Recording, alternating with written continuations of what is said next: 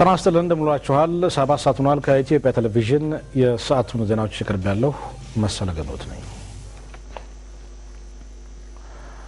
ህዝበ ክርስቲያኑ የመስቀል በዓልን ሲያከብር በመፈቃቀርና በመከባበር ሀገሪቱ የተያዘችውን የእድገት ጉዞ ከግብ ለማድረስ መረባረብ እንደሚገባው የምስራቅ ሸዋ ዞን ሀገረ ስብከት ሊቃነ ጳጳስ ብፁዕ ቅዱስ አቡነ ጎርጎርዮስ አስታወቁ።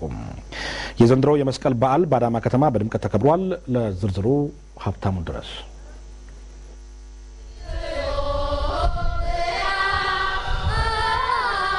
የአዳማ ከተማ የኦርቶዶክስ ተዋሕዶ ሃይማኖት ተከታዮች የደመራ በዓልን በአዳማ ስታዲየም በደማቅ ሁኔታ አከበሩ።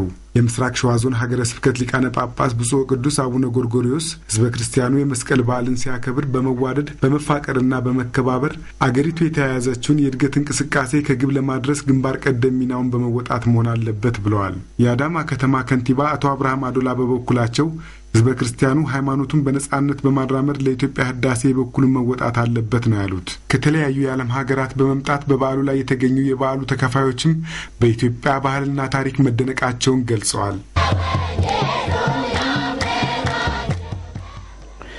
የእድገትና ትራንስፎርሜሽን እቅድና መሰረት የሆነውን የ2006 እቅድን ለማስፈጸም ሁሉም እንዲረባረብ የኦህዴድ ምክትል ሊቀመንበር አቶ ሙክታር ከድር ጥሪ ያቀረበው የኦሮሞ ህዝብ ዲሞክራሲያዊ ድርጅት ኦህዴድ ከፍተኛ አመራሮች ሲያካሂዱት የቆዩት የእቅድ ግምገማ ተጠናቋል። ከኦሮሚያ ሬዲዮና ቴሌቪዥን ድርጅት ዝርዝሩ ደርሶናል፣ እንደሚከተለው ይቀርባል።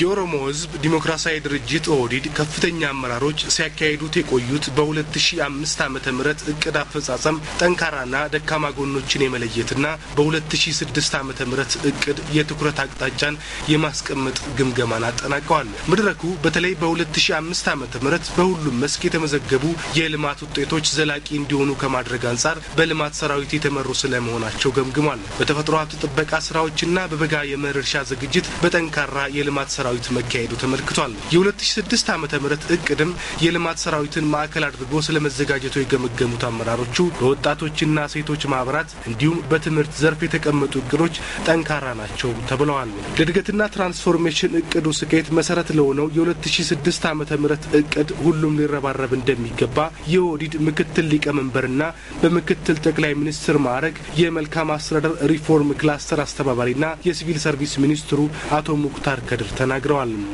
ከሮሪ ባቱረ ከን አገርሲሱ እንደንደኛ ወንት ጀዱ ኡማማ ዱፋ ጅራቹ ሳት ከን አገርሲሱ የወጣው እቅድ የሚያሳየው እንችላለን የሚለው ነው። በየዘርፎቹ እንዳየነው ከእድገትና ትራንስፎርሜሽን እቅዱ ጋርም ተያይዞ እቅዳችን መድረስ ያለብንን ያሳየ ነው። የተቀመጡት እቅዶች እንዳጠቃላይ በክልላችን ልናሳካቸውና ልንፈጽማቸው የሚችሉ ግቦች ናቸው። በተቀመጠው ደረጃ ለመፈጸም ሁሉም ሊረባረብ ይገባል። በገጠር ልማት በክልሉ የ2006 ዓመተ ምህረት እቅድ ውስጥ ቁልፍ ስራ የልማት ሰራዊትን በብቃት ወደ ስራ ማስገባት ይሆናል።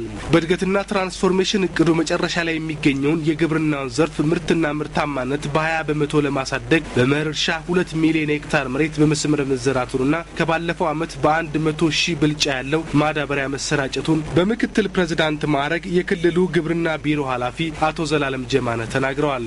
ዘንድሮ 177 ሚሊዮን ኩንታል ነው ልናገኝ ያሰብነው በ20% እድገት እንዲያሳይ ብለን አቅደን እየሰራን ስለሆነ አሁን በማሳ ላይ ያለውን አጠቃላይ ሁኔታ ስናይ ያንኛውን ግብ እናሳካለን ብለን ነው የምናየው። 208 ሚሊዮን ኩንታል ለማምረት ነው በ2007 ላይ እንደ እቅድ ያዝ ነው። ይሄንኛውን ግብ ለማሳካት እንግዲህ አንዱ የልማት ሰራዊት አጠናክረን መቀጠል ነው። የነበሩትን ችግሮች በመቅረፍ ተጠናክሮ እንዲቀጥል እናደርጋለን ብለን እየሰራን ነው። በኦሮሚያ ክልል የዘንድሮ የመኸር እርሻን ጨምሮ 208 ሚሊዮን ኩንታል ምርት ለማምረት ታቅዷል። በቡና ልማትም ዘንድሮ 1.3 ቢሊዮን የቡና ችግኝ እንደሚተከል አቶ ዘላለም ተናግረዋል። በግብርናው ዘርፍ የተቀመጠውን ግብ ለማሳካት በበጋው የመኸር እርሻ ዝግጅት የተፈጠረውን ጠንካራ የልማት ሰራዊት ባልተቀዛቀዘ መልኩ እስከ መኸር እርሻ ውጤት እንዲቀጥል ይደረጋል።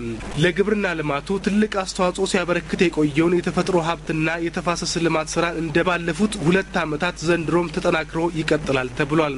የኦህዴድ ከፍተኛ አመራሮች ባካሄዱት የክልሉ አጠቃላይ የልማት አፈጻጸም በህዝብ ተሳትፎ በተለይ በተፈጥሮ ሀብት እንክብካቤ፣ በመንገድ ልማትና በትምህርት የተከናወኑት ስራዎች የሚበረታቱ ናቸው ተብለዋል። በ2006 ዓ.ም እቅድ አፈጻጸም በድህነት ቅነሳ ሴክተሮች ከፍተኛ የህዝብ ተሳትፎ ስራ ይካሄዳል።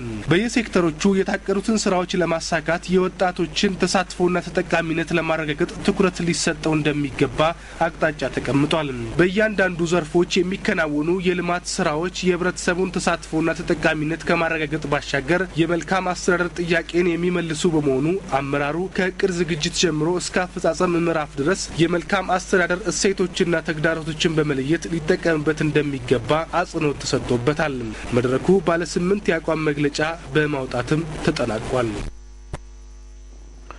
የአረጋውያንን ቀን ስናከብር ለአረጋውያን ያለን ፍቅርና አክብሮት ለመግለጽ ብቻ ሳይሆን በእድሜ ያካበቱን እውቀት ለትውልድ የምናስተላልፍበት መሆኑን የአማራ ክልል ርዕሰ መስተዳድር አቶ አያሌው ጎበዜ አስታወቁም።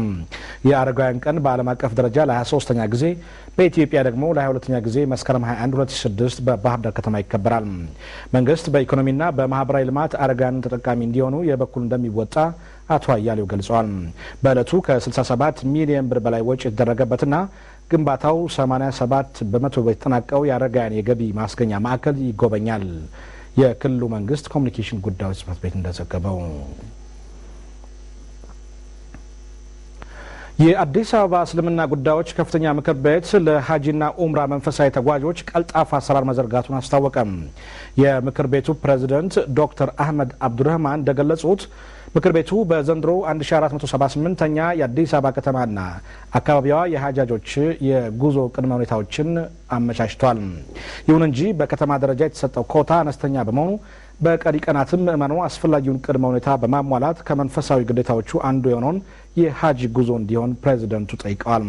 ምክር ቤቱ ምዕመኑ በሳውዲ አረቢያ የሚኖረውን ቆይታ ለማድረግ በስፍራው የመረጃ ማዕከላትን በማቋቋም የማረፊያ የትራንስፖርትና ሌሎች አስፈላጊ ቅድመ ሁኔታዎችን ማጠናቀቁን ፕሬዝዳንቱ ገልጸዋል።